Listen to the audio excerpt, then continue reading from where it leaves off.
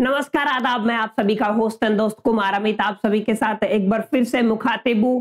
आप सभी के लिए इलेक्ट्रिसिटी से दो इंपॉर्टेंट टॉपिक लेके। जैसा कि आपको पता है, इलेक्ट्रिसिटी फिजिक्स का आपका चैप्टर है, one of the longest chapter आता है क्लास 10th में, और यहाँ पे मल्टीपल टॉपिक्स आपको पढ़ने की जरूरत होती है। लेकिन कोई ऐसे दो टॉपिक जो आपके यूनिट टेस्ट के लिहाज से, पीरियोडिक टेस्ट के लिहाज से या आपके हाफ ईयरली एग्जामिनेशन के लिहाज से इंपॉर्टेंट बनते हैं, तो आप लोग वो देखेंगे कि वो दो टॉपिक हैं आपके ओम्स लॉ पहला टॉपिक है, और सेकंड है आपका रेसिस्टिविटी। अब यहाँ पे दोनों में आपको मैथमेटिकल एक्सप्रेशन ड्राइव करना है। ओम्स लॉ के केस में आपको ग्राफ भी आना चाहिए, प्लस में आप लोगों को इनकी एक पर्टिकुलर डेफिनेशन होती है, परिभाषा होती है, वो आपको समझ में आनी चाहिए। इस वीडियो में 3-4 मिनट का वीडियो रहेगा। मैं आपको एक्सप्लेन करने वाला हूं कैसे आप लोग ओम्स लॉ को इजी तरीके से लर्न कर सकते हो। देखिए, बेसिकली ओम्स लॉ क्या कहता है। अगर आप लोग ओम्स लॉ की बात करते हो तो ओम्स लॉ की एक कंडीशन होती है कि आप अगर कांस्टेंट कर देते हो टेम्परेचर को, यानी कि एट कांस्टेंट टेम्परेचर, ये ओम्स लॉ की कंडीशन है।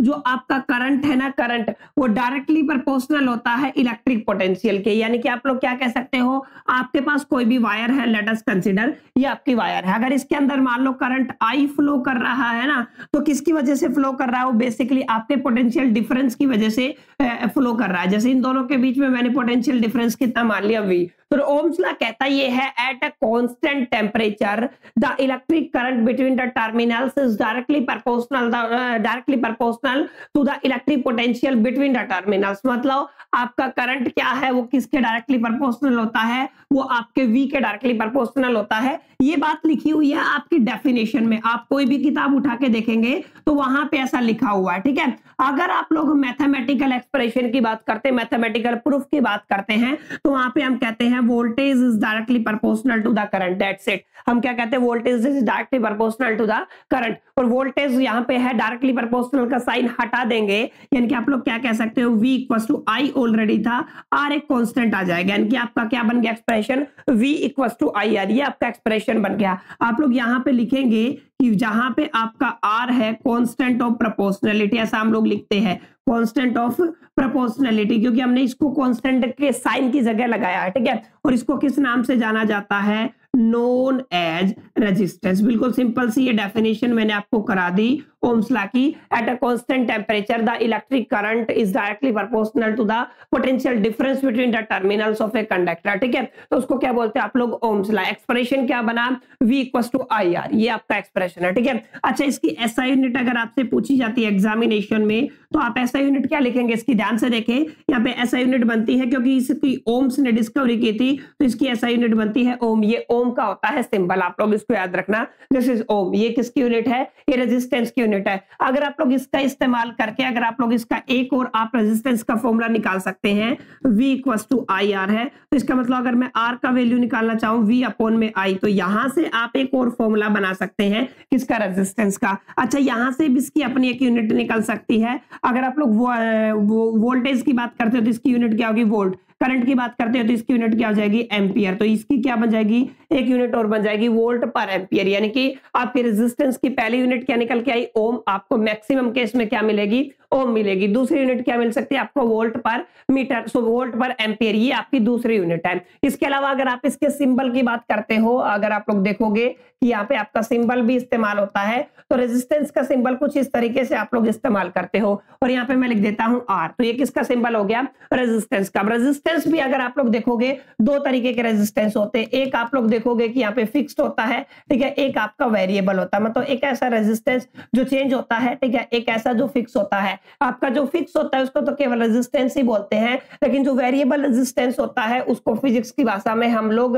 रिहोस्टेट बोलते हैं। इस चीज को आपको ध्यान में रखना है। आप लोग क्या बोलते हैं इसको, रिहोस्टेट। अब इसका सिंबल क्या होता है, ऐसे आप लोगों ने रेजिस्टेंस बनाया, उसको ऐसे क्रॉस कर दिया, तो ये रिहोस्टेट हो गया। या फिर दूसरा सिंबल क्या है, ऐसे आप लोग कर सकते हो, ठीक है। तो ये वाले दोनों सिंबल है, ये आपके रिहोस्टेट के हैं, वेरिएबल रेजिस्टेंस के। ये वाला जो सिंबल है ये फिक्स रेजिस्टेंस का है। यूनिट क्या निकल के आई है आपकी, वोल्ट एम्पियर, वोल्ट पर एम्पियर। और स्टैंडर्ड यूनिट आप क्या लेके चलोगे, यहाँ पे आपकी ओम्स लेके चलोगे। फॉर्मूला क्या बना है, V equal to IR। Definition I hope कि आपको समझ में आ गई होगी। तो बिल्कुल सिंपल सा प्रोसेस था, जिसको आप लोग फॉलो करके ओम्स लॉ को यहाँ पे कैरिड आउट कर सकते। तो ये भी इंपॉर्टेंट टॉपिक बन जाता है। अब यहाँ पे एक चीज जो आपको समझने वाली है माय डियर फ्रेंड्स, वो आपका ग्राफ है। जब आप लोग ओम्स लॉ को डिफाइन करते हैं ना तो आपका कैसा ग्राफ बनता है। तो देखो यहाँ पे दो एक्सिस मैं ले रहा हूं, एक आपका एक्स एक्सिस है, दूसरा आपका वाई एक्सिस है, ठीक है।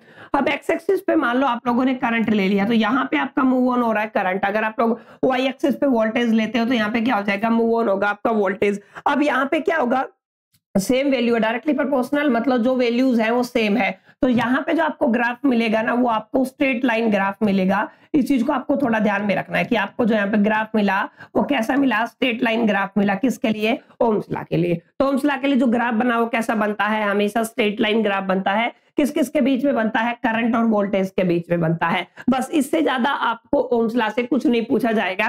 अगर आपका क्वेश्चन आएगा तो यही से आएगा, और अगर आपका न्यूमेरिकल बनता है तो भी यहीं से बनता है। चलिए अब सेकंड जो आपका क्वेश्चन है, सेकंड जो आपका आर्टिकल है जिसको मैंने बोला है यहाँ पे आपका रेसिस्टिविटी, उसको समझ लेते हैं एक बार की रेसिस्टिविटी क्या होती है। अब आप मेक श्योर करके एक चीज ध्यान में रखना कि रेसिस्टिविटी को आप लोग स्पेसिफिक रेजिस्टेंस भी बोलते हो। क्या बोलते हो आप लोग, स्पेसिफिक रेजिस्टेंस, ठीक है। स्पेसिफिक रेजिस्टेंस, ध्यान से समझ लो मेरी बात, इसको क्या बोला जाता है, स्पेसिफिक रेजिस्टेंस भी बोला जाता है। एक नाम से और बोला जाता है इसको, अगर आपसे पूछा जाए फैक्टर्स अफेक्टिंग रेजिस्टेंस, अगर आपकी बात करता हूं मैं फैक्टर्स अफेक्टिंग रेजिस्टेंस, तो इसका मतलब क्या पूछा जा रहा है आपसे, आपसे पूछा जा रहा है रेसिस्टिविटी। तो तीन तरीके से क्वेश्चन पूछ सकता है, रेसिस्टिविटी को एक्सप्लेन करो, स्पेसिफिक रेजिस्टेंस को एक्सप्लेन करो, या फिर आपसे क्या पूछा जा सकता है, फैक्टर अफेक्टिंग रेजिस्टेंस को एक्सप्लेन करो। तो यहां से आपको समझना है कि कौन कौन से फैक्टर है जो रेजिस्टेंस को आपकी अफेक्ट करते हैं। लेट अस कंसीडर कोई भी वायर आप लोगों ने लिया है, ठीक है। ये वायर है, इसका अपना एक एरिया है, ए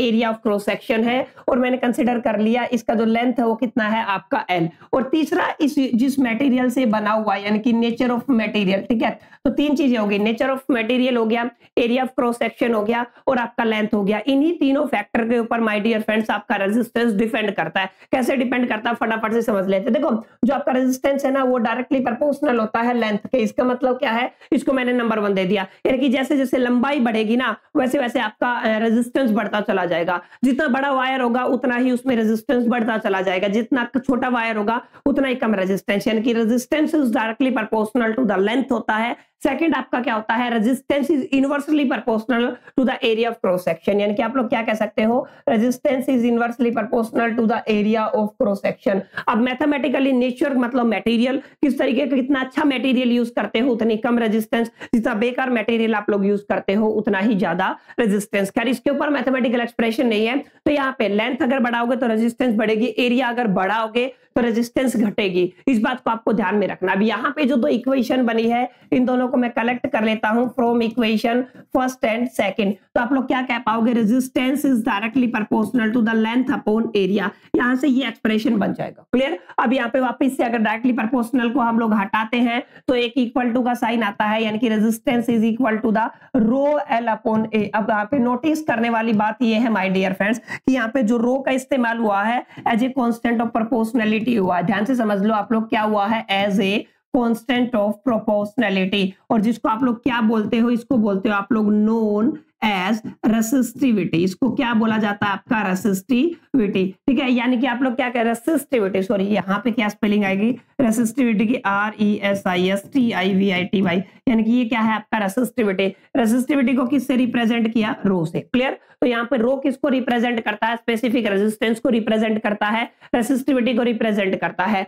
अब एक इंपॉर्टेंट बात और है, यहाँ पे इसकी एसआई यूनिट आपसे पूछ सकता है। तो एसआई यूनिट आपकी बनती है यहाँ पे ओम मीटर। मैं कैलकुलेट भी करा के दिखा दूंगा आपको कि इसकी यूनिट क्या बन रही है आपकी, ओम मीटर। इसको ऐसे लिखते हैं हम लोग आपका मैथमेटिकली, ये क्या बन गई इसकी ओम मीटर। अभी कैलकुलेट करेंगे, ठीक है। तो ये आपकी क्या होगी, रेसिस्टिविटी की बात होगी। अच्छा एक इंपॉर्टेंट बात और बता देता हूं, आपका रेसिस्टिविटी है वो केवल और केवल टेम्परेचर के ऊपर कहीं ना कहीं डिपेंड करता है, बाकी किसी मटेरियल के ऊपर डिपेंड नहीं करता, लेंथ पे भी डिपेंड नहीं करता, एरिया ऑफ क्रॉस सेक्शन के ऊपर भी डिपेंड नहीं करता। रेसिस्टिविटी केवल और केवल टेम्परेचर पे डिपेंड करता है, जो आपके सिलेबस में नहीं है तो आपको उसको स्टडी करने की जरूरत नहीं है। रेसिस्टिविटी चेंज नहीं होगा, रेसिस्टिविटी फिक्स रहता है। हाँ आपका जो रेजिस्टेंस है वो चेंज हो सकता है लेंथ के अकॉर्डिंग, नेचर के अकॉर्डिंग, और दूसरा क्या है, एरिया ऑफ क्रॉस सेक्शन के अकॉर्डिंग। तो ये आपके दोनों इंपॉर्टेंट आर्टिकल बनते हैं इलेक्ट्रिसिटी से, जिनको अगर आप लोग प्रिपेयर करते हो ना तो 100% आपके चांसेस है कि यहाँ से 1 क्वेश्चन आपके यूटी में आएगा ही आएगा। अब यहाँ पे पॉसिबिलिटी ये भी हो सकती है कि इनके मैथमेटिकल एक्सप्रेशन के ऊपर क्वेश्चन आ जाए। Mathematical expression in the sense यहाँ पे न्यूमेरिकल के ऊपर भी आपको क्वेश्चन देखने को मिलता है। न्यूमेरिकल के ऊपर मैं जल्दी वीडियो लेके आऊंगा। इस वीडियो में इतना ही, बाकी मिलते हैं नेक्स्ट सेशन में। जब तक के लिए मेरे तरफ से all the best, till keep learning.